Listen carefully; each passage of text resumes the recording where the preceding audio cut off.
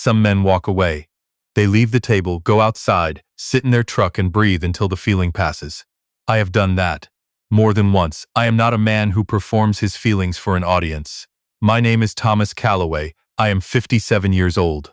I work as a licensed electrician out of Raleigh, North Carolina. Have for 31 years, first for a contractor, then under my own LLC for the last 19. I drive a 2011 Chevy Silverado with a dent in the rear panel from a parking lot incident. I keep meaning to get fixed and never do. I drink my coffee black because I tried cream once in 1994 and decided it wasn't for me. I own my houses outright. I coached my son's Little League team for 6 consecutive seasons.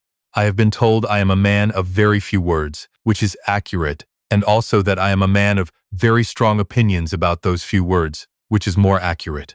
I also spent 14 years building a software tool in my spare time that I never told my son about, and I watched him stand at a lectern in front of 300 people at his college graduation dinner and introduce me as just a guy who knows how to wire a house. I sat there. I adjusted my bolo tie, which my son had clearly not expected me to wear, and I did not say a single word. What I did not know yet was that the woman sitting 4 seats to my left had spent 11 years working inside the exact system I had built, and she had recognized my name the moment my son said it. That part comes later. First, you need to understand what happened before the dinner and why it mattered more than the dinner itself.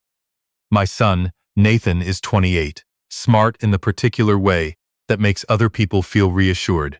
He speaks well, he reads a room, he knows when to laugh at someone else's joke and when to offer his own. He graduated with a degree in supply chain management from NC State, which I paid for, and then went on to complete an MBA from a program in Atlanta, which I also paid for, which he accepted with the ease of a man who has never been told to consider where money comes from.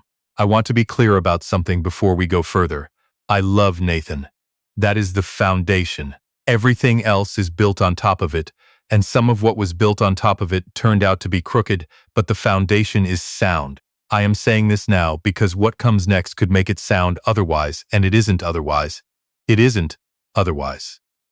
It's just the story of a father and a son, and this particular gap that opens up between them when one of them starts measuring the other against a different standard and doesn't notice he's doing it. Nathan's mother, my ex-wife Beverly, left when Nathan was 11. She remarried a man named Gordon, who ran a property development firm in Charlotte. Gordon had opinions about wine. Gordon had a lake house. Gordon had, as Nathan once described it when he was 19, a certain kind of presence. I nodded when Nathan said that. I did not ask what kind of presence Gordon had that I lacked. I knew the answer, and I did not need it said out loud. What happened over the next decade was gradual, not cruel, not deliberate. I want to be precise about that. Nathan didn't wake up one morning and decide to think less of me. It accumulated. Summers in Charlotte, holidays at Gordon's lake house, a stepfather who drove a German car and had strong handshakes and took Nathan golfing at private clubs. And then there was me, the Silverado, the Little League. Friday nights watching whatever was on ESPN with a beer I'd been nursing for 2 hours. I was not embarrassed by my life. I had built it carefully and I liked it. What I hadn't fully understood was that my son, over time, and without quite realizing it, had started looking at it through different eyes. By the time he was in graduate school, Nathan had developed a way of talking about me in the third person even when I was in the room. Not maliciously, that's the part I have to keep reminding myself. He'd say things like, "My dad is more of a hands-on kind of guy" to his friends, with the affectionate tone of someone describing a golden retriever. He'd preemptively explain me. He's not really into that kind of thing, before asking if I wanted to go somewhere, rather than just asking. He'd start sentences with, "You probably haven't heard of this, but," and then tell me something I had in fact heard of. My girlfriend, Sylvia, who had been in my life for 6 years and had the observational patience of a woman who had survived a difficult first marriage and learned from it, said to me one evening, "He's proud of you, Tom. He's just also a little ashamed of you, and he doesn't know those two things are both true at the same time." I sat with that for a while. I turned off the television and sat with it. "He's 27, I said finally. "He is," said Sylvia. "That's not the same as an excuse, but it might be part of the explanation." I didn't respond to that. I turned the television back on. But the sentence stayed with me the way those things do. Quiet, persistent, returning at odd moments. Now here is what you need to know about the other thing. The thing I never told Nathan about. I started building it when he was 14. That was the year I spent 3 weeks rewiring a distribution warehouse outside of Durham for a regional grocery near chain, and stood in the middle of that building on a Tuesday afternoon looking at the way their inventory tracking system was communicating with their facility's electrical grid, and thought, this is wrong. Not dangerous wrong, just inefficient wrong. The kind of wrong that costs money slowly, invisibly, in ways that don't show up on a single report but accumulate over years. I had a notebook in my truck. I wrote down what I was seeing, then I went home and kept writing. I am an electrician. I am not a software engineer. I want to be clear about what I am not claiming. What I am saying is that I understand systems, the way things connect, the way current moves, the way inefficiency announces itself if you know how to read it. I had been reading systems for 25 years. I understood, at a structural level, what this particular problem needed. I taught myself what I needed to teach myself. Community college classes at night. Online courses before online courses were common. My brother-in-law at the time worked in IT and answered my questions with what I now recognize was extraordinary patience. I spent 4 years building a facility management interface I eventually called GridPath. Not because it was a poetic name, but because it was what I typed into the file at 11 o'clock on a Wednesday night, and I never changed it. GridPath was not glamorous. There was no pitch deck, no investors, no moment where a venture capitalist shook my hand in a glass building in San Francisco. There was just a man sitting at a kitchen table in Raleigh with a second-hand laptop and a very specific understanding of a very specific problem, building a tool that solved it. I licensed it first to the warehouse I had wired. They used it. It worked. Word traveled the way it travels in regional industrial circles, slowly, quietly, through the specific network of people who manage buildings for a living and talk to each other at trade association meetings and on conference calls. Within 3 years, I had licensing agreements with 4 facility management companies in the Southeast. The revenue was modest but consistent. I used it to pay off my house and put the remainder into Nathan's education fund, which I had started the year Beverly left. In year 5, a national facility management firm acquired the licensing rights outright. I signed the paperwork on a Thursday afternoon and took Sylvia to dinner at the best restaurant in Raleigh, where I ordered a steak I could not have afforded 10 years earlier and felt something quiet and complete. Then I went back to work on Monday. I never told Nathan. I have spent time with this decision. The honest accounting has more than one entry. The first entry is practical. By the time GridPath sold, Nathan was in high school, and the money was already working, paying for his future in a way that didn't require explanation. Telling him would have made it a story about me. I didn't want it to be a story about me. The second entry is harder to admit. I was afraid, not of Nathan dismissing it, though that possibility existed. I was afraid of him absorbing it and filing it incorrectly, of watching him use it to build a version of me that required a software sale to be worthy of respect. I didn't want GridPath to become the thing that made me valid. I wanted to stay valid on my own terms, so I kept it mine. The national firm that acquired the licensing rights was called Meridian Facility Solutions. They expanded GridPath into a platform used by commercial property managers across 11 states. They integrated it into a suite of building management tools that became, from what I understood secondhand, fairly significant in the industry. I knew this, the way you know things you are not monitoring closely. Through occasional mentions, through chance references, through the specific awareness of a man who built something and released it into the world and then decided the world could manage it from there. What I did not know was who was using it. I had no reason to. I had signed away the rights. GridPath was no longer mine in any proprietary sense. It was just something I had built that was now out there, doing what it was built to do, without my involvement. Nathan graduated from his MBA program on a Saturday in May. The university held a reception dinner that evening. At a hotel in Atlanta, formal, faculty and families, the kind of event where the tables had printed place cards and someone had arranged flowers that looked like they cost more than my first truck. Sylvia and I drove down that morning. She wore a blue dress that she had bought specifically for the occasion. I wore my good sport coat, my cleanest shirt, and a bolo tie that had belonged to my father. Nathan met us in the lobby. He looked good. He was confident in the particular way that graduate school produces, a kind of settled assurance that comes from being told for 2 years that your opinions have merit. He hugged Sylvia warmly. He told me I looked good, which I believed he meant, and which took about a quarter of a second. Then he looked at the bolo tie. "Dad," he said, not unkind, just the one word with a slight pause attached. "It was your grandfather's," I said. "I know." He smiled in a way that included something else. "It's great." We went in. We found our table, table 6, near the side wall, which I noted with the particular dry internal accounting of a man who had financed a significant portion of the evening's guest of honor. Sylvia sat beside me. She found my hand under the table briefly and then let go. The dinner was good. The speeches from faculty were the appropriate length. Then came the student remarks. Nathan had been selected to speak on behalf of his cohort. This did not surprise me. He had always been good at this. He was, in fact, excellent. He was warm, specific, funny in 2 places where it counted, and genuine, in the way that good speakers manage to be genuine, even when they have rehearsed thoroughly. I watched him from table 6 and felt the straightforward pride of a father watching his son do something well. Then he got to the part about his family. "I want to say something about where I come from," Nathan said, settling into the register of a man about to share something personal and slightly vulnerable. "Because I think it matters, when you're talking about ambition and growth, to be honest about the distance you've traveled." Warm nodding from the audience. "I grew up in Raleigh. My dad is an electrician." He smiled. "A good one. He's been doing it for 30 years, same city, same trade. He's a steady man, my father, reliable, the kind of man who shows up and does the work and goes home." He paused. "He also showed up tonight in a bolo tie, so there's that." Laughter. The good kind of laughter, the kind that comes from genuine delight. I heard it, and I kept my face in the expression I had decided on before Nathan began speaking.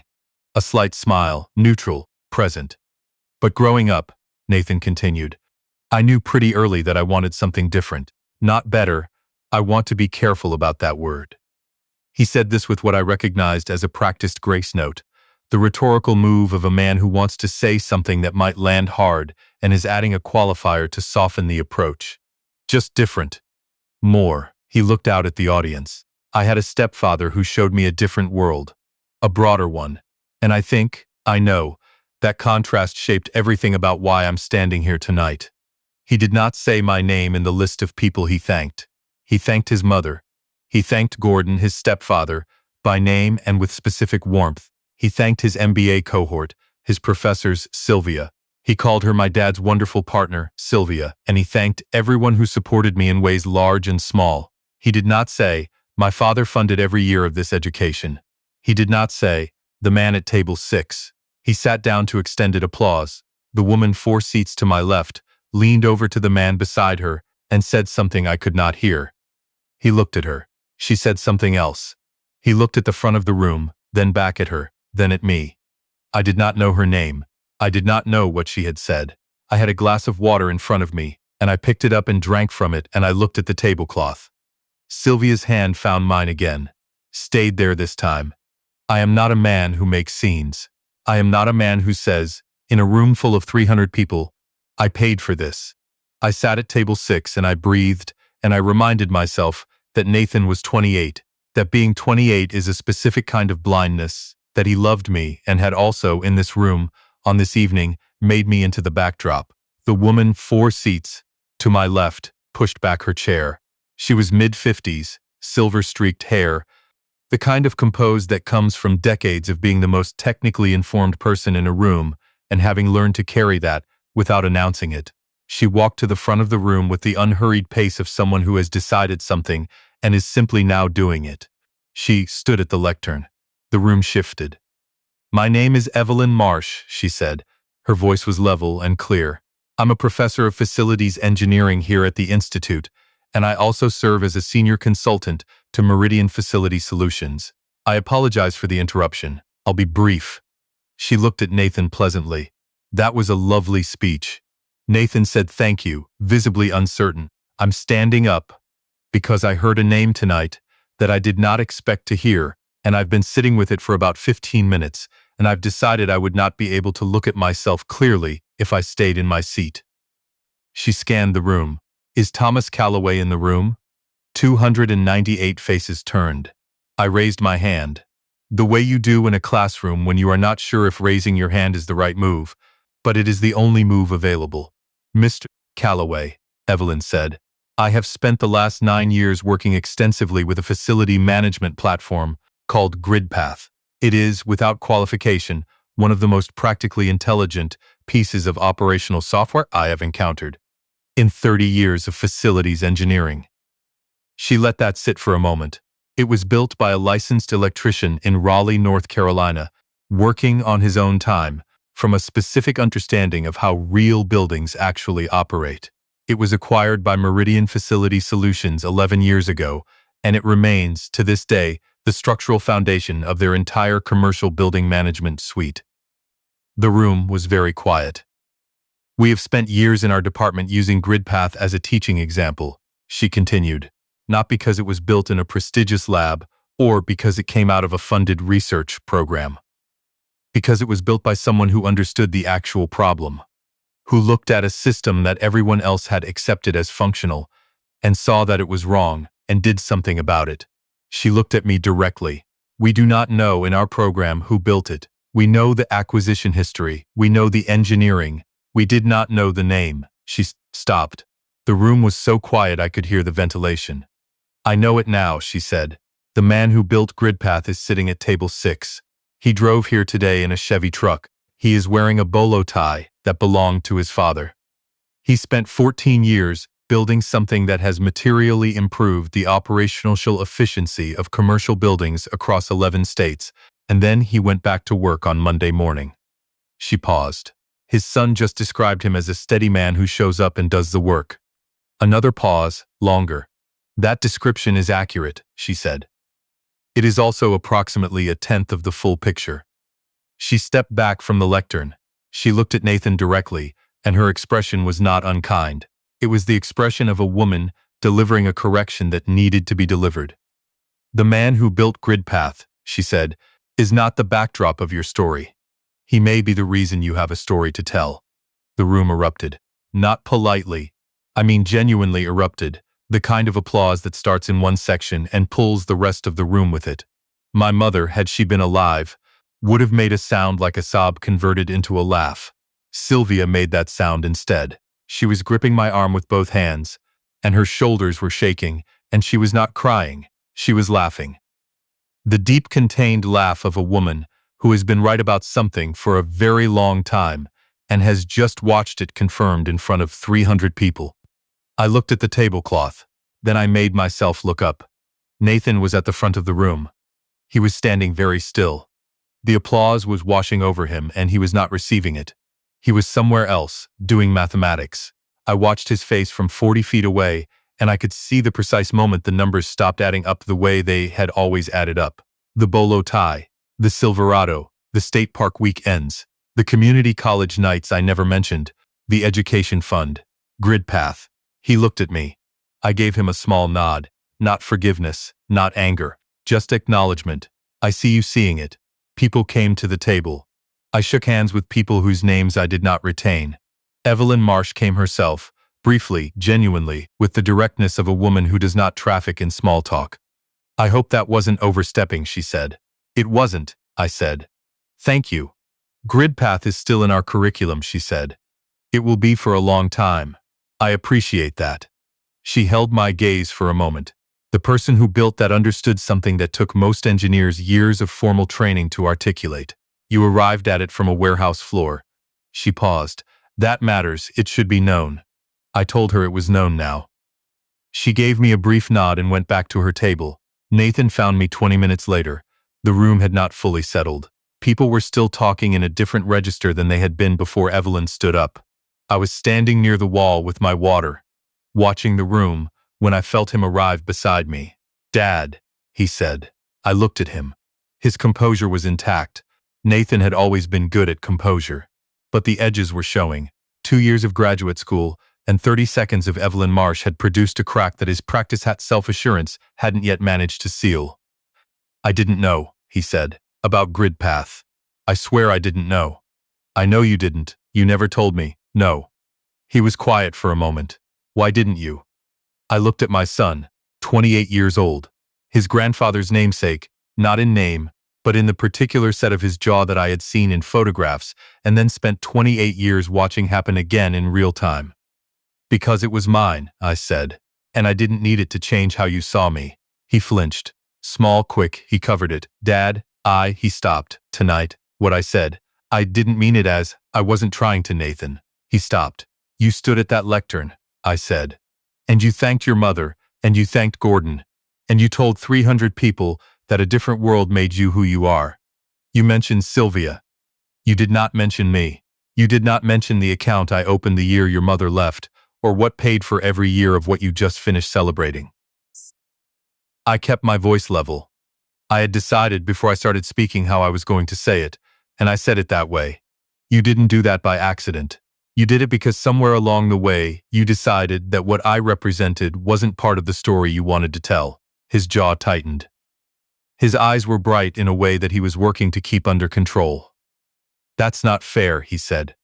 You introduced me as a guy who knows how to wire a house, I said.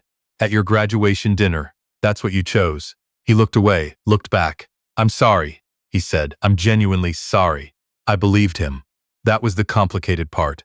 I could see that he meant it, and I could also see that he meant it the way people mean things when the room has just changed their understanding of the situation. Not false. But not the same as the apology he would have offered if Evelyn Marsh had stayed in her seat. I know you are, I said. Can we? He stopped. Tried again. I want to make this right. Can we talk? Tomorrow? Or whenever you want? I looked at my son for a long moment, at the man he was, which was genuinely good in most of the ways that matter. At the thing he had done, which was also genuinely real. Not tonight, I said. Tonight you should be with your cohort. This is their night too. Dad, we'll talk, I said. But not because you're scared and the room is still applauding, when that's settled. When it's just the two of us and you've had time to sit with it. He looked like he wanted to say more. He didn't. He gave me a short nod, the nod of a man who knows he is not getting what he asked for and is trying to decide how to hold that. Then he went back to his table. Sylvia found me near the coat check. You okay? She asked. Yeah, he came over. He did. She read my face the way she had been reading my face for 6 years. What did you tell him? That we'd talk? Not tonight. She was quiet for a moment. The lobby was emptying around us. You're not going to tell me he's young and he made a mistake. He is young, I said. And he did make a mistake. But being young doesn't write the speech for you, I said. He wrote it. He chose every word. He knew I was in the room. Sylvia nodded once, the short, precise nod of a woman who has already thought this through and arrived at the same place before I said it out loud. We walked out into the Atlanta night. Warm for May, the sky a particular shade of dark orange from the city light. The parking structure was 2 blocks away, and we walked them without talking, which was one of the things I had always valued about Sylvia. She understood that some silences were not gaps to be filled. I unlocked the Silverado and we got in. She remembered it, Sylvia said after a moment, 11 years later. The professor, she did. How does that feel? I thought about that honestly. The second-hand laptop, the notebooks in the truck, the community college parking lot at 10:30 on a Tuesday night, sitting in the Silverado eating a gas station sandwich because I'd been too focused to stop for dinner. Grid path, running quietly inside 11 states, doing what it was built to do, not asking for recognition. Correct, I said. It feels correct. Sylvia laughed, the small, genuine laugh she reserved for moments when I said exactly the right thing in exactly the wrong number of words. I pulled out of the parking structure.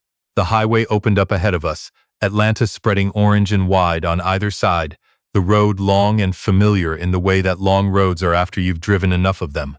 I drove in silence for a while. Nathan called 3 days later. I let it ring. He called again the following evening. I let it ring again. I was not performing. I was not making a point. I had nothing to say yet that was worth the conversation it would require, and I had lived long enough to know that the difference between a wound still bleeding and a wound actually healing is something only time reveals. He texted on Thursday, "Dad, I know you said not yet. I just want you to know I've been thinking about nothing else. Take all the time you need. I'll be here." I read it twice. I put my phone face down on the kitchen table. I finished my coffee. Sylvia came in from the back porch. "Nathan?" Text. "Okay." She poured herself coffee and sat down across from me and didn't ask anything further, because she already knew everything she needed to know and had decided, as she often decided, that her job in this moment was just to be in the room. Evelyn Marsh emailed me the following week, not about GridPath, not directly. She had a graduate student who had been doing a case study on field-developed operational systems, tools built outside of formal research environments, by practitioners rather than academics. GridPath had been on her radar as a case study for years. She was wondering if I would be willing to have a conversation. I replied that I would. We talked for 90 minutes on a Thursday afternoon. Me in my truck in the parking lot of a job site in Cary, her in her office in Atlanta. She asked good questions, the kind of questions that assumed I understood what I had built and were interested in the how rather than the what. At the end she said, "I want to ask you something that isn't about the research." "All right, your son. How is that?" I was quiet for a moment. "Unsettled," I said. "For both of us." "That seems right," she said. "For now, yeah, he's going to have to do some significant reconsidering," she said. Not unkindly. "The kind that changes how you see things that you thought were already settled." "I know, that's hard work," she said, "but it's the right kind." I thanked her and ended the call and sat in the truck for a few minutes before going back inside. Nathan and I talked in October. He drove up to Raleigh on a Saturday, which I respected. He didn't ask me to come to him. He arrived at 9 in the morning, and we sat at my kitchen table, the one with the coffee ring I had never gotten around to buffing out, and we talked for 3 hours. He didn't make excuses. That was the thing I had been bracing for and didn't get. He didn't explain the speech as a moment of nerves or poor judgment in the moment. He said, plainly and without decoration, that he had spent years being quietly embarrassed by me in a way he hadn't fully admitted to himself, and that standing at that lectern he had made a choice, and that the choice revealed something he was not proud of. "I wanted Gordon's world," he said. "I wanted what that world represented. And somewhere along the way I started sorting people into categories based on whether they fit that world. And you," he stopped, "you didn't fit. And I let that matter more than it should have, more than you deserved." I listened to him say it. "The GridPath thing," he said. "Mom knew?" "No, Sylvia? No." He was quiet for a moment. "Why not?" "Same reason I didn't tell you," I said. "It was mine. It didn't need an audience to be real." He looked at the table for a long time. Then he said, "I've been trying to figure out what kind of man my father is for 28 years. And it turns out I had about 30% of the picture." I didn't say anything to that. "I want the other 70%, he said. "If you're willing." I looked at my son across my kitchen table, 28 years old, the same jaw as his grandfather, the same particular stubbornness that had driven me crazy when he was 15, and that I now recognized, with the clarity of distance, as the thing that would ultimately make him someone worth knowing. "That's going to take time," I said. "I know. And it's going to require different choices. Consistently. Not because you got caught in a room with a professor who remembered a software name." "I know that too," he said. I poured us both more coffee. He wrapped his hands around the mug the exact way I had always wrapped mine. Both hands, not the handle. And something about that, the involuntary inheritance of a small habit, settled something I hadn't known was still unsettled. We talked for another hour about things that had nothing to do with the dinner, the job in Durham he was starting in January, a woman he had been seeing for 4 months, whose name was Christine, the Little League seasons he still remembered more specifically than I had expected. He left around noon. He hugged me at the door, a real hug, the kind that means something. After he left, I stood in my kitchen for a while. Then I went to my truck and sat in it for a few minutes, not going anywhere, just sitting. Some things you carry because you've decided the weight is worth it. Some things you set down not because they stop mattering, but because you've finally figured out where to put them. I started the Silverado. The engine turned over the way it always had. Steady, without drama, reliable in the way of things that have never once needed to announce what they are. I pulled out of the driveway and went to get lunch, because I was hungry. And the day was clear, and some of the best mornings of a man's life look, from the outside, like absolutely nothing at all.